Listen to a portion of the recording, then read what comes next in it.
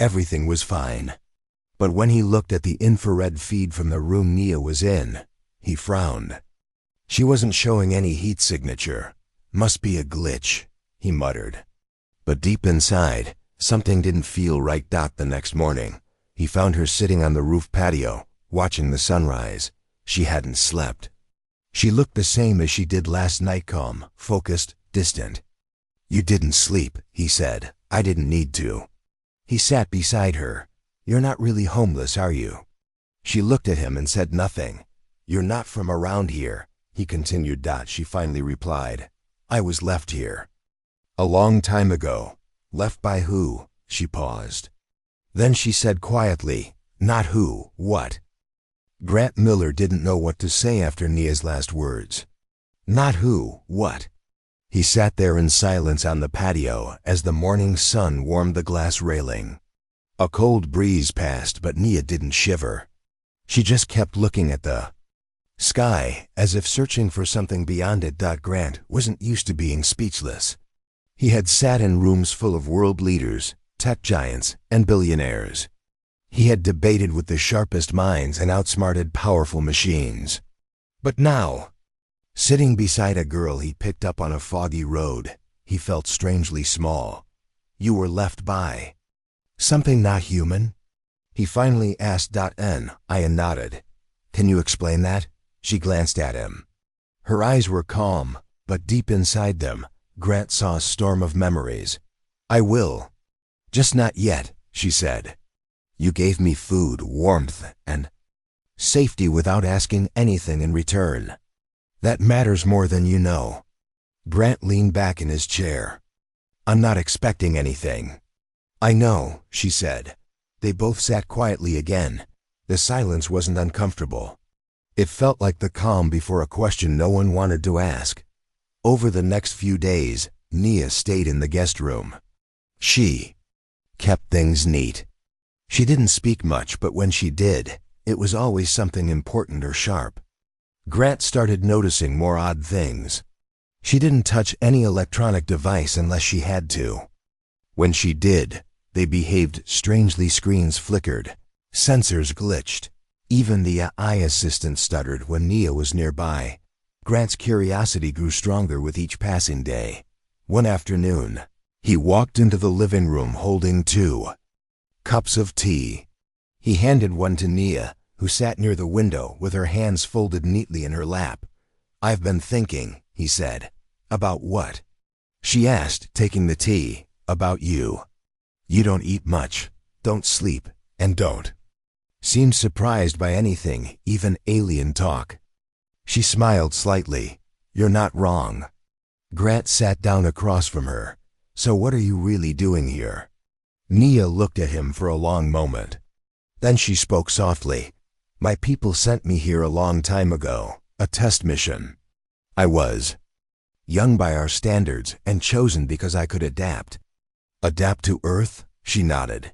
"To your ways, your emotions, your chaos." Grant laughed once. "Yeah, we're full of that. I liked it," she said. "Too much, maybe. My people didn't expect that." Grant tilted his head. "And then they left you?" "They were afraid, not of me, but of you." Grant raised an eyebrow. "Afraid? Of humans? You're unpredictable. You break rules. You fight for things even when you know you'll lose. That scares them." Grant leaned forward. "So what happens now?" "That depends on you," she replied, voice calm. "On me?" Nia placed the cup down and stood. She walked to the center of the room and turned to face him. "There's an old law among my kind. If a scout bonds with a native, not just as a friend, but as a life partner, it triggers a protective clause. No one from my world can harm the one I bond with. And if I choose Earth as my new home, it forces the Council to recognize this planet." Grant stared. "Are you saying yes?" She said, "If I marry you, Earth becomes protected." "At least for now," Grant blinked. "You want to marry me?" "I didn't say I want to," Nia replied gently. "I said I can." He laughed, surprised. "That's the coldest proposal I've ever heard." "I wasn't trying to be romantic." He stood up and walked toward her, looking her in the eyes. Let's say I agree. What happens then? I become your partner by my people's law. You gain a type of diplomatic shield, and Earth gets time. Time to prepare, learn, and maybe survive. Grant took a deep breath. His mind raced with thoughts. It sounded impossible. But something inside told him she was telling the truth. And strangely, the idea didn't scare him. It felt like the beginning of something bigger than himself. He nodded slowly.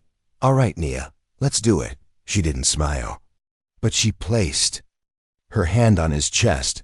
Then it begins. That night, something changed. The air around the house became heavier, like a silent force had arrived. Outside, clouds rolled in without warning. The trees didn't sway, but the shadows beneath them moved strangely. Inside the villa, Grant sat at his desk, looking through satellite data. Unusual signals were showing up, static pulses in the upper atmosphere, short bursts of unknown energy, invisible to normal sensors. But his private systems, built from his own secret research, picked it all up. Nia, he called. She entered the room, quiet as always. You seeing this? He asked, pointing at the screen. She looked. Her eyes narrowed. They've noticed. She whispered. Who? My people, the Ellerin Council. They sensed the bond. Grant stood up. So they're watching us? No, she said. They're coming. Suddenly alarms went off. Grant's system had detected an intruder on the property. Cameras showed a man in a black suit walking through the front gates like he owned the place. But he wasn't using any tools. He simply walked, and the electronic locks failed one by one. He's not from Earth. Nia said. The man reached the door. Go to the basement, Grant said. Nia shook her head. I'm not running anymore. Grant opened a drawer and pulled out a small sphere. He pressed it. A soft hum filled the room. What's that? She asked. My own invention. A shield pulse. It scrambles any tech, even alien tech. If he comes in, I'll hit him with it. Nia stepped closer. You didn't trust me at first. No, he said. But I prepared, just in case. Now I trust you, but I don't trust him. The door opened. The figure stepped inside. His eyes glowed faintly, and his skin shimmered like it didn't fully belong to this world. He looked at Nia and spoke in a voice that echoed strangely. You broke the law. Nia stood firm. I claimed sanctuary. With a human? The man hissed. Yes, she said, and now you cannot touch him. The figure turned to Grant. You've involved yourself in something too big for your kind. Grant pressed the sphere. A wave of soundless energy rushed through the room. The figure blinked, then vanished like dust in the wind. Nia turned to Grant. Her voice was low. You really were ready. Grant nodded. I never expected this, he said. But I'm not going anywhere. The morning after the intruder vanished, the sky above the villa looked normal blue, soft clouds, and a light wind. But inside the house, nothing felt normal anymore. Grant didn't sleep.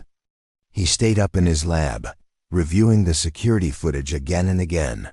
One moment, the strange man stood in the hallway. The next, he vanished, completely erased by the pulse from Grant's defense sphere.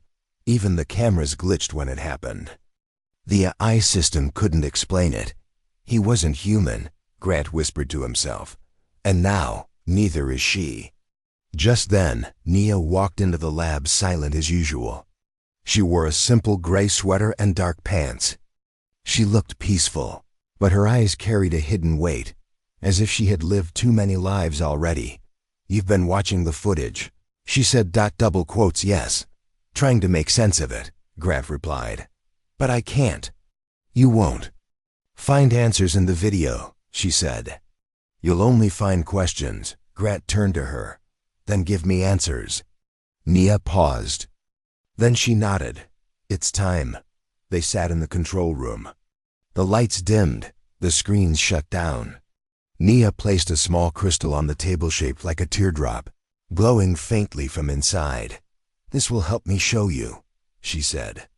"But it works only if you trust me." Grant nodded. "I do." She touched the crystal. A beam of light rose into the air. Images formed floating above the table like a moving dream. He saw stars, vast and endless. Then a world appeared, a planet with twin moons and silver-blue forests.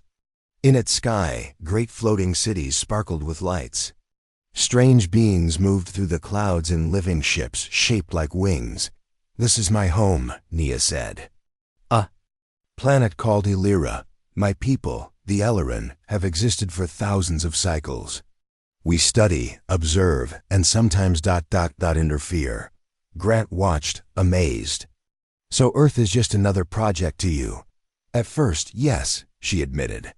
"But Earth is different.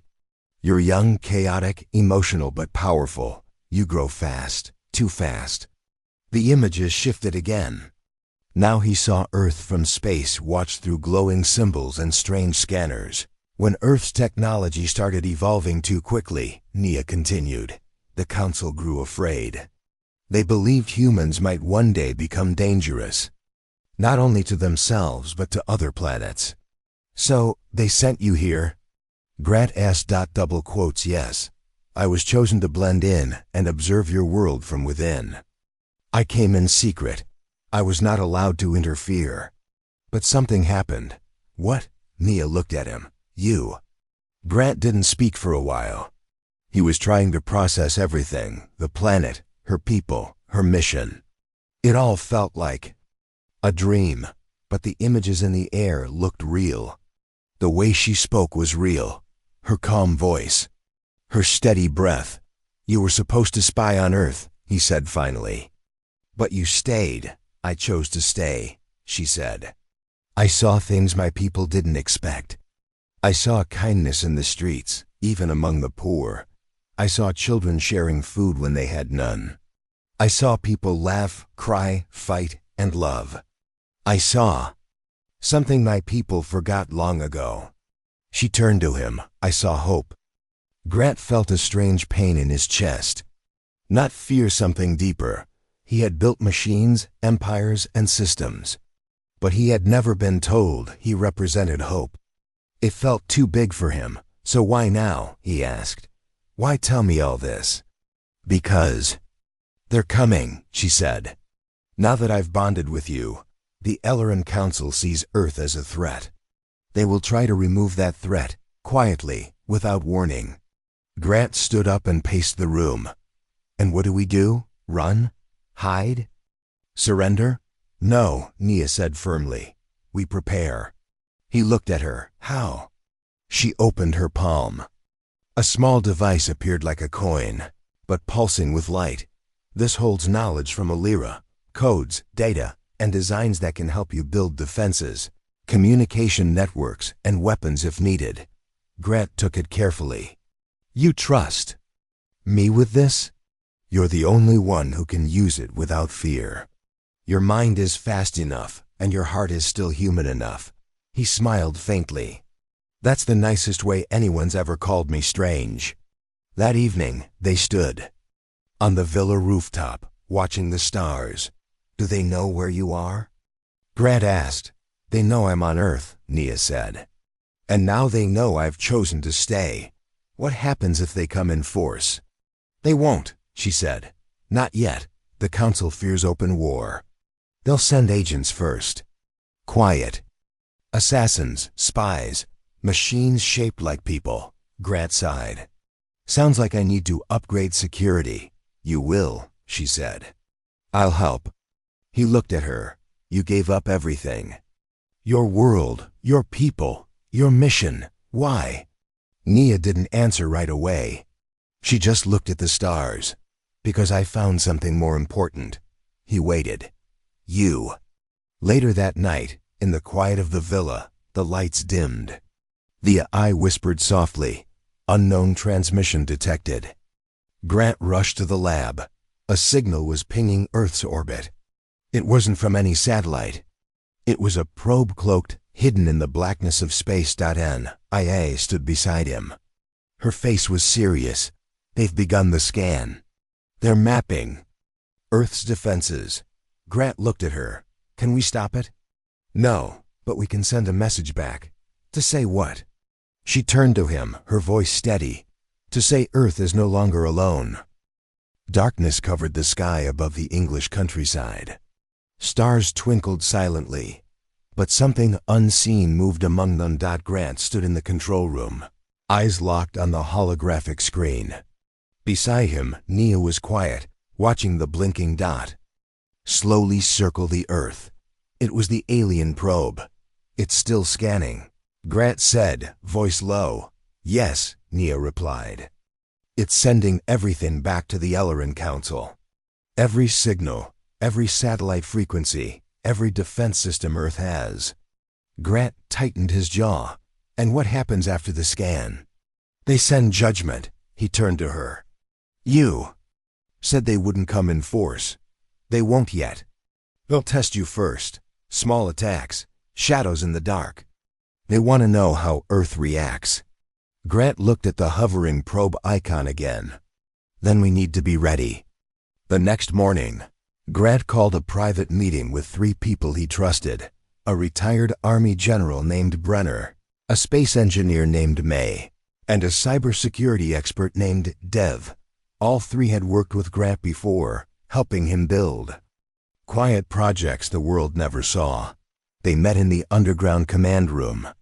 Nia stood quietly in the corner, observing. This isn't a joke, is it? General Brenner asked, staring at the alien probe footage. No, Grant said. And if we don't act now, we may never get the chance again. May, the engineer, leaned forward. You want us to build something? I want us to build a defense grid, Grant said. Not just satellites and missiles. I'm talking about a shield based on Nia's tech. Dev looked confused. A shield? Like science. Fiction? No, Nia said suddenly. Like survival. Everyone turned toward her. My people are sending scouts. First through data, then through drones, then in person. You won't see them coming. They'll look like you, sound like you, even think like you. Brenner frowned. That sounds like infiltration. It is, Nia said. And it's already started. She tapped a small device in her hand. A hologram popped up, showing footage of an energy pulse that struck a research station in Iceland. The station had gone offline 2 hours ago. No one knew why. But now, the answer was clear: something had destroyed it from above. Over the next few days, Grant and his team worked non-stop. Nia helped them understand the alien tech. Her small device, called an Ellerin core, contained codes, shapes, and formulas far beyond Earth's level. But Grant's mind was fast. His team learned quickly. Using satellite links, underground labs, and secret AI networks, they began building a global system. They called it Project Sentinel. Each part of Sentinel would be hidden inside existing Earth systems, weather satellites, communication towers, even passenger planes. It would act like a second nervous system for the planet, watching, listening, waiting. Nia watched their progress closely. She never smiled, but Grant could tell she was impressed. You're moving faster than the council expected, she said one evening. We have no choice, he replied. You're proving them right. Grant paused. What do you mean? She looked at him. They feared your potential. Now you're showing it. He nodded slowly. Good, let them see. 3 days later, the first attack came. It happened in the skies over Asia. A massive passenger plane reported a sudden system failure, then went completely silent. Radar showed a shadow near it, not a storm, not a missile. Something else. Grant received the data through Sentinel. The images were strange, too sharp, too smooth. Like a ship, but not one made by humans. He called Nia at once. It started, he said. She didn't need to ask what he meant. Together, they activated Sentinel's defense system. A global pulse was launched, silent and invisible. It scanned the upper sky layer for unnatural tech. The shadow vanished. But the plane was already gone. Nia sat beside Grant in the command room, eyes full of pain. "They're not trying to hide anymore," she said. "They're making examples." Grant stood. "Then we do the same." The next day, Grant held a private broadcast to world leaders. It wasn't a public message, but a secure stream to every government head across the planet. He spoke clearly and calmly. "This is not a theory. This is not a story. Earth is being tested by something not from here. We have proof, and now you do too. I'm not asking you to panic. I'm asking you to prepare." He shared video files, energy scans, satellite images, and fragments of alien signals. Some leaders believed him right away. Others didn't, but it didn't matter. The seeds of awareness were planted. Within hours, nations began to quietly share their top tech with each other. Engineers in Japan worked with military minds in America. Scientists in Germany sent data to Brazil. For the first time in years, borders didn't matter. Earth was uniting, not through politics, but through survival. Back at the villa, Nia looked up at the night sky. The stars seemed closer now. Grant joined her. "They're reacting faster than I expected," she said. "They have to," he replied. She looked at him with calm eyes. "Soon, it won't be shadows and tests. The real fleet will come." "No. Do you regret it?" she asked. "Marrying you?" She nodded. He smiled faintly. "Not for a second." Far above Earth, in the blackness of space, 3 shapes hovered silently. They weren't visible to human satellites. They had no heat, no metal, no sound. They weren't here to explore. They were here to watch and decide. The countdown had begun. The 3 ships above Earth didn't move. They hovered in silence, hidden from the eyes of ordinary humans. But to Grant Miller, their presence was as loud as thunder. Through Project Sentinel's deep space sensors, he watched them closely. "They're waiting," Grant said, pointing at the screen. "They want to see how strong you are." Nia replied, standing beside him. Grant turned toward her. "Then we'll show them." The world was no longer sleeping. After Grant's private message to the global leaders, secret meetings turned into action. Underground labs opened, military satellites were repurposed, and AI networks began to connect between countries. Fear turned into focus. In just 1 week, Project Sentinel became Earth's first real defense system, built in secret, powered by Nia's alien knowledge, and led by Grant's genius. Every country that had once competed now shared resources. Data centers in Tokyo, Berlin, Cape Town, and Los Angeles were linked together by secure AI lines. The goal was simple: watch the sky and prepare for war. But war wouldn't be like anything humans had seen before. Nia stood in front of a group of engineers and scientists from all over the world. They had gathered in Grant's orbital command base, named Horizon Point, floating silently above the planet. She tapped a screen, showing the image of the 3 alien ships. "These are scout vessels," she explained. "Not meant to fight. They are watching, scanning, learning. When they finish, they will send a final report to the Ellerin Council." "And then the real attack begins?" asked Dr. May. "Yes," Nia replied. "Unless we stop the report." Grant stepped forward. "That's why we built this station. Horizon Point isn't just for defense. It's a weapon, Earth's first space shield." He walked to the window and pointed out at the stars. "If we can stop the scouts from reporting back, we buy time, maybe weeks, maybe more.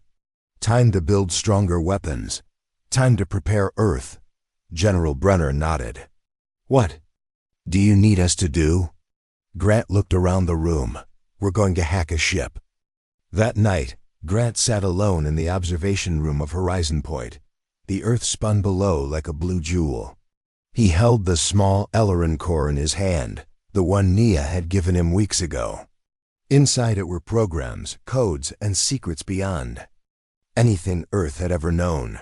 He looked up as Nia entered. "You're quiet," she said. "I'm thinking," he replied. "About the mission?" About everything, he said. I used to think life was all about success, building machines, becoming rich. Now it feels small compared to what's coming. Nia sat beside him. You didn't choose this. I dragged you into it. He shook his head. No, Nia, you showed me the truth. You gave me purpose. She placed her hand over his. I believe in you, Grant, and I believe in your world. He smiled gently. Then let's protect it. The next day, the plan began. Horizon Point's advanced stealth signal. Grant sent a false transmission into space mimicking an Ellerin distress beacon. One of the alien scouts reacted. It broke formation and moved closer to investigate. This is it, Dev said from the command desk. We're pulling it in. The station's gravity net activated a powerful invisible field based on Ellerin design. It wrapped around the alien ship like a trap and slowly dragged it toward Horizon Point. Hold it steady, Grant ordered. The ship shook. Lights flashed. Then it stopped moving. They had caught it. Inside the ship, there were no crew members. It was fully automated, filled with soft glowing lights, smooth surfaces, and humming energy fields. It looked more alive than mechanical. Nia stepped forward, placing her hand on a control panel. Her fingers glowed faintly. She's talking. To it, May whispered. Nia closed her eyes. A few seconds later, the ship's lights dimmed.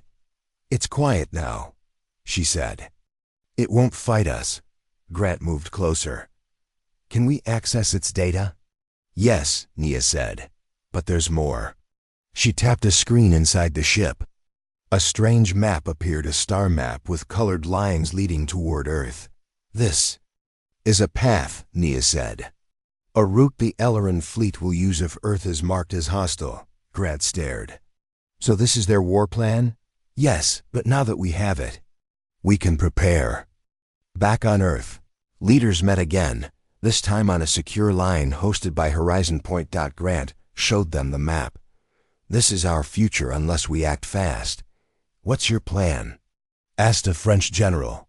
We begin Project Aegis, Grant sighed. A planetary shield system based on this data. We build more stations. We connect them to Horizon Point. We turn Earth into something unexpected, a fortress. And if they still come? Then we don't just defend, Grant said. We fight back. The room was silent. Then one by one, the leaders nodded. Earth had made its decision. Days passed. The alien scout ship remained locked in Horizon Point's docks. From it, Grant and Nia pulled data, blueprints, and codes. Humanity now had access to technology they never dreamed of: energy fields, light drives, quantum shields. Factories all over the world began shifting their work. Civilian satellites were upgraded. Submarines carried shield emitters. Fighter jets received AI upgrades with alien tech. Even deep-sea cables became part of a warning system. Humanity, once divided by borders, now moved as one. One evening, as the sun set over Earth, Grant stood alone, looking at the blue planet below. Nia walked beside him. Do you think we're ready? She asked. No, he said honestly. But we're trying, she nodded. That's what scares them. Grant turned to her. They'll come anyway, won't they? Yes, but now they'll find something they didn't expect. What's that? Nia's eyes glowed softly. Unity. The sky over Earth was calm. From space, it looked peaceful. Clouds moved like slow waves, cities glowed at night, and the ocean shimmered like polished glass. But behind that calm was fear, hidden deep in every control room, lab, and command center. The Ellerin main fleet had finally moved. Grant stood in Horizon Point's central chamber, staring at the alert screen. Red lines blinked across the star map, showing a dozen Ellerin ships entering the solar system. They were coming fast. They ignored the trap, General Brenner said, jaw tight. They must know we took their scout. They know more than that, Grant replied. They know we're preparing. The room fell silent. From the back, Nia stepped forward. They won't talk. They won't offer peace. The Ellerin only give warnings once. This is their answer. Grant looked around at the global team scientists, engineers, soldiers, and leaders. Then we give our answer too. All over Earth, the Skywatch sirens were activated. For the first time in history, every country used the same warning system, connected by Project Sentinel. From the deserts of Egypt to the snow-covered towns of Canada, people looked up. In orbit, Earth's new shield satellites began to glow blue. They formed a web around the planet. Project Aegis was now active. Inside Horizon Point, the captured Ellerin scout ship started to hum. They're calling it back, Dev said, fingers moving fast over the console. The mothership is trying to override our control. Cut the link, Grant ordered. Dev hesitated. If we do, they'll know we've cracked their code. Grant nodded. Good, let them know. With one command, the link was broken. The humming stopped. 3 hours later, the first Ellerin warship entered near Mars orbit. It was massive, larger than Horizon Point, made of dark silver metal with jagged wings and a glowing center. Behind it came others, 12 ships. All shaped like different creatures. Some long like snakes, others flat like shields. They're sending a full battle squad, Nia said, voice low.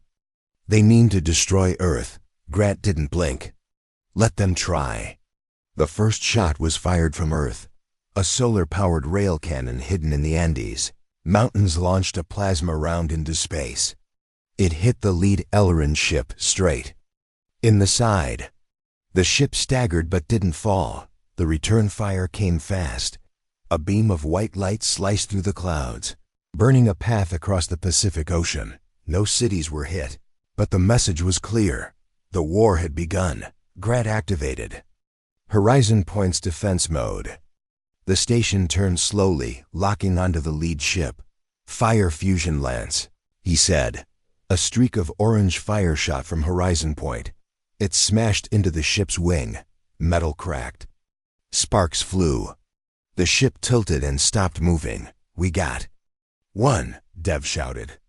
Don't celebrate yet, Brenner said. Here come the rest. The sky around Earth shimmered as Project Aegis lit up. Energy shields formed around major cities: London, Tokyo, New York, Delhi, Sydney. For the first time in human history, Earth was not helpless. Nia stared at the battle feed. They're trying to breach the shield over North America. Grant nodded. Send fighters. 10 small human ships built using Ellerin design launched from a hidden base in Alaska. They were fast, sleek, and AI piloted. They shot forward, spinning through the sky like sparks. Missiles flew. Lasers lit up. The darkness. One alien ship burst into flames. Another was crippled. For every human loss, 2 alien machines fell. Earth was holding. But then something changed. A giant Ellerin vessel, black and silent, moved into position above Earth. It didn't fire. It didn't move. It just opened. From its core, a wave of strange energy burst out. It wasn't a weapon. It was a message. Horizon Point systems went dark. All screens turned white. Then a voice spoke, not in words, but inside every mind. Earth is not permitted to rise. This is your final warning. Grant clutched his head. Dev fell to the floor. Nia collapsed. The voice stopped. Systems rebooted. Nia stood, shaking. They used a mental wave, trying to scare us. Did it work? Grant asked. Nia looked at him with fire in her eyes. No. A few minutes later, Grant made a broadcast. He appeared on every screen on Earth. My name is Grant Miller. I speak for no single nation, but for all of humanity. Today, we are under attack by a power that thinks we should stay silent, weak, afraid. He pointed up. They believe Earth is not allowed to grow, that we are not ready. But today, we show them something stronger than technology, our spirit. He paused. We are one world now, and we are not backing down. The world watched. And the world believed. Back in Horizon Point, the tide was turning. more alien ships fell. Human fighters adapted quickly. Every attack taught them something. Every loss was used to improve the AI systems. The Ellerin had expected a weak world. What they found was a planet that had united, learned fast, and refused to kneel. "They're falling back," Dev said. "They're retreating toward the moon." Nia narrowed her eyes. "It's not over. They're regrouping." Grant turned to her. "Then we go after them. You want to chase them?" "No," Grant said. "I want to send them a message. One they'll never forget." He looked out at the stars.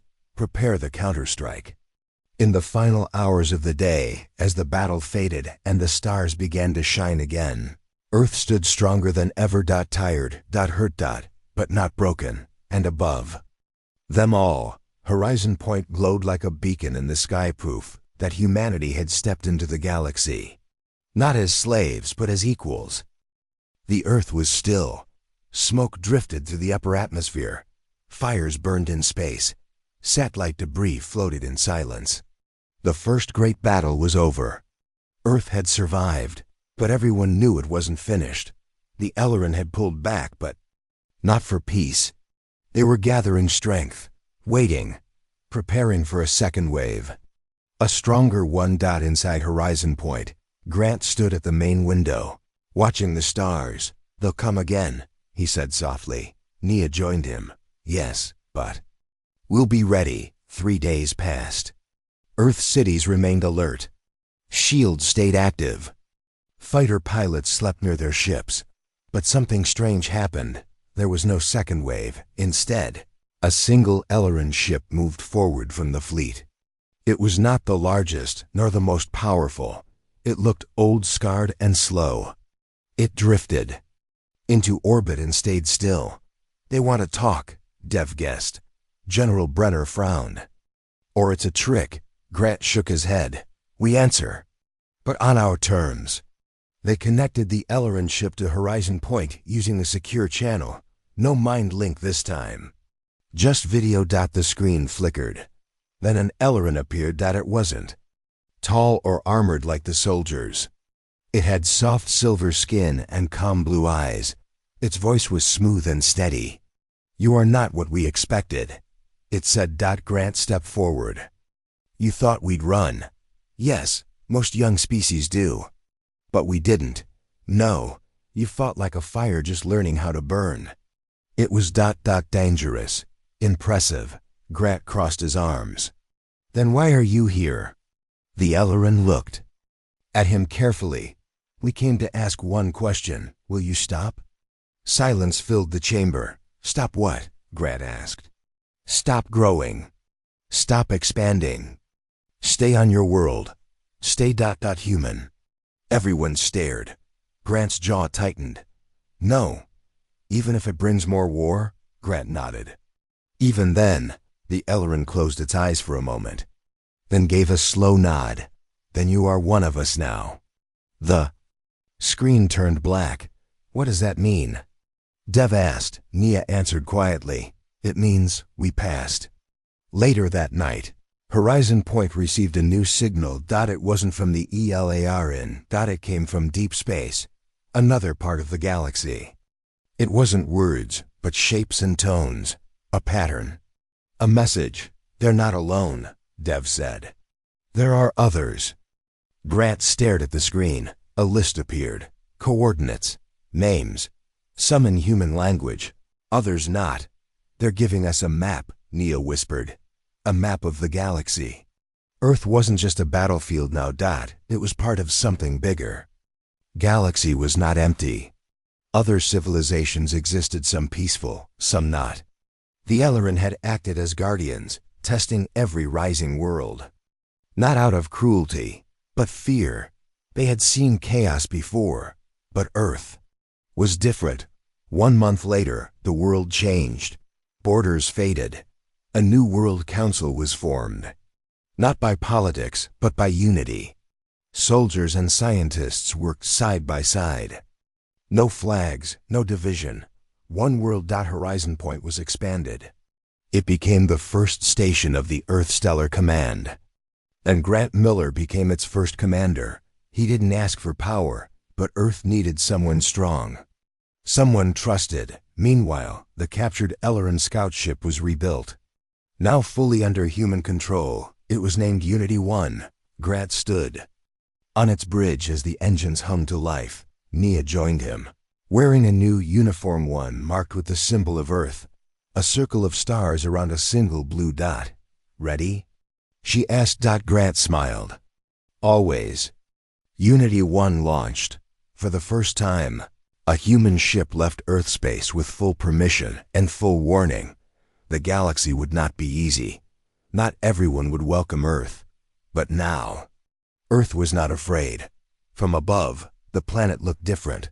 Not just because of the new satellites and stations, or the cleaner skies, but because something invisible had changed. Hope, confidence, humanity was no longer alone, and they were no longer small. 6 months later, a strange signal reached Earth. A cry for help. A distant colony unknown to the Ellerin was under attack from something worse. Something darker. Grat looked at the signal with calm eyes. He didn't hesitate. Plot a course, he ordered. Nia saluted. Yes, Commander. Unity-1 turned toward the stars. And Earth followed. The story of Earth's rise spread across the stars. They called it the Day of the Flame, the day a small world lit a fire in the galaxy.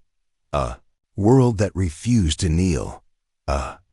People who learned fast, united faster, and stood their ground. Humans. Unpredictable, emotional, wild, but brave. And in the heart of that rising storm stood one man, and a homeless girl who became a soldier of the stars.